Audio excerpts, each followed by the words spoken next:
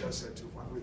We put her back in, she played with 2 fouls, so Jess played with 2 fouls. So I just think it's more to do with our shot selection early were good open threes, but they were all open threes. So it was just, we didn't get anything at the basket until, we made a point to our team at that quarter that, we shoot threes for the purpose of opening the floor, not just shooting threes for shooting threes' sake.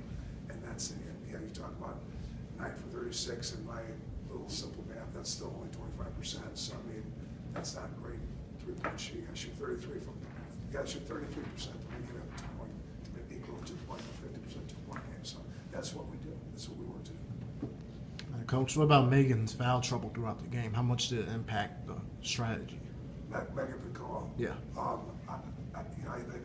just really think that we have a solid 7 rotation, and on given nights, some other players have been really, really helpful off the bench. But I think it always hurts to have a good player in foul trouble, but I don't really think it totally impacted the game. I don't think the fouls is what impacted the game. I think, maybe Seton Hall's defense making it hard for Megan to find shots impacted the game more than Megan's fouls from. All right, so whenever you don't shoot well, it drives me crazy when coaches cry about missing shots. All they do is miss shots. You like to give the other team credit because it's their job to make you miss shots. And I'll analyze the tape and figure it out. Did we just miss shots, or did they make us miss shots? But when you're taking threes, it's still, you're still throwing Scud missiles, and you're not bringing in the infantry. I mean, going to the baskets is so, when you're only shooting threes, it's still a little basket that you're trying to throw a ball in from a long distance out. So that's, but I mean, I really don't think it was the fouls as much as let's give credit to Seton Hall's defense. Let's make sure that people understand that Seton Hall's really good. They are a really good basketball team, and St. John's is a really good basketball team. Villanova's a really good basketball team, and so are the other. I think DePaul's a really good basketball team, and I think the other 5 schools in this league make this Big East a real good basketball league, a real good basketball league. And I just, we're turning toward a home stretch. We're turning into February right now, and I've learned the hard way that if you're quiet about yourself, if you don't brag about yourself and your league, nobody else is. Nobody else out there is going to brag about our league.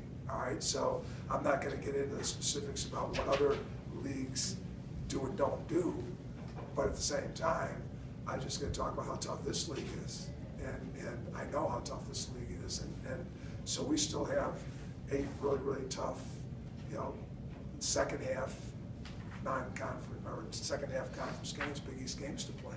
And the other unfortunate thing about today is we gave up home court. You want to hold serve. You want to hold serve just like tennis, hold serve. All right, well, we got beat at our home court today, so that means you can say you already made it up twice when we beat them out there, but you don't beat them out there to get it back here.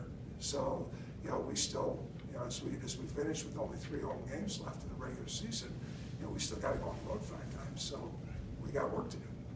Coach, speaking of the Big East, can you talk about the tempo of play in the Big East and how fatigue sets in the second half of conference?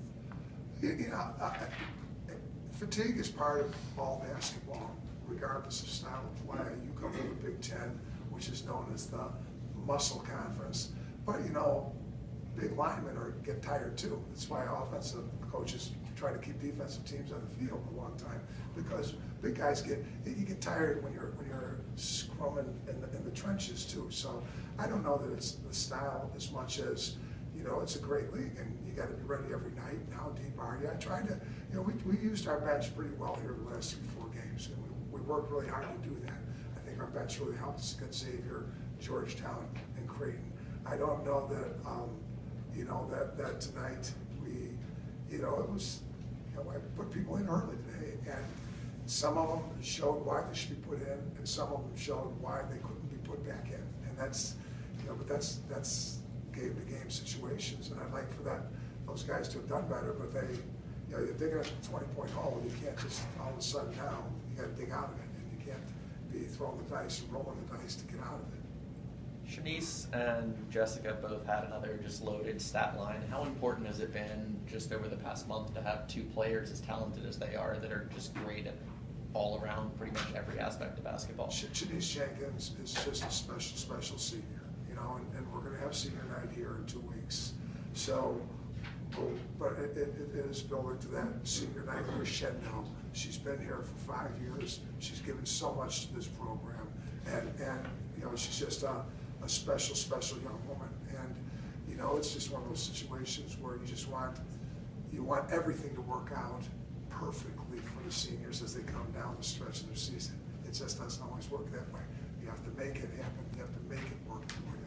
So, you know, I just think she's special. I know you asked a question about Shanice and Jessica, and I think you're watching and witnessing Jessica grow into, you know, a real big-time collegiate player.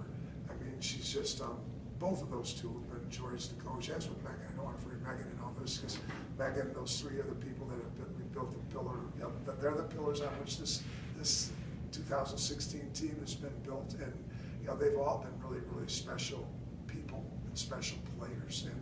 But Jess is, yeah, it's just fun to watch players grow. In college hoops, you just don't get a lot of time. 4 years is a nanosecond. It doesn't seem like it when you're a student and you start as a freshman, but all of a sudden you turn around, you're a junior, or senior, or you're a grad student like Matt over there, and all of a sudden you're looking at it in your rearview mirror, and it's so they're really special seniors, and you know, and Jessica's a really special junior, so I mean they're special players.